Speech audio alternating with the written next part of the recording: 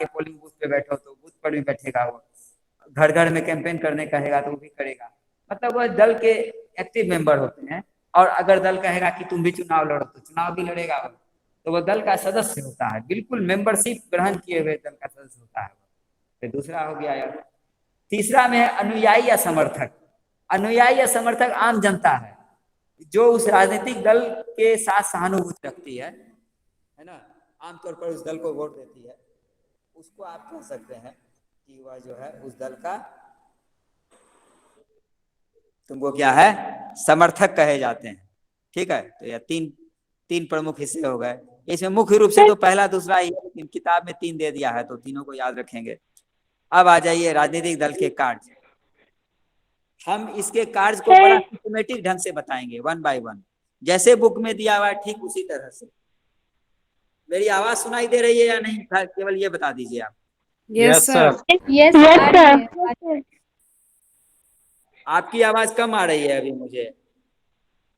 Excuse me sir. Yes excuse me sir.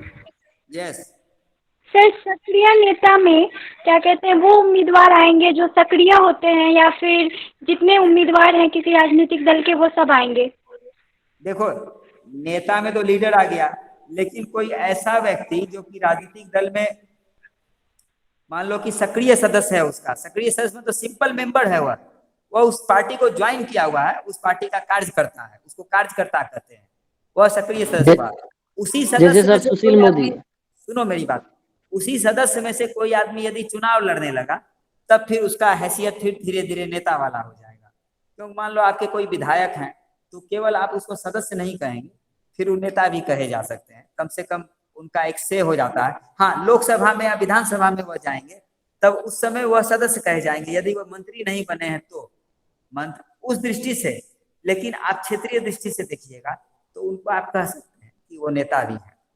दल की दृष्टि से सोचोगे तब उसको दल कह सकती है कि तुमको हम कोई भी पद नहीं दिए हैं, बिना कोई पद के वह केवल एक विधायक है, तब आप उस दृष्टि से उसको सदस्य कह सकते हैं कि वह उस पार्टी का सदस्य है और वह उस पार्टी का एक प्रतिनिधि भी है, किसी क्षेत्र का। मतलब यह है जैसे किसी लोकसभा सीट का, मान लो सुपौल सीट का, या किसी अन्य सीट का, त्रिवेणीगंज का, तो उस तरह से हम उसको कह सकते हैं।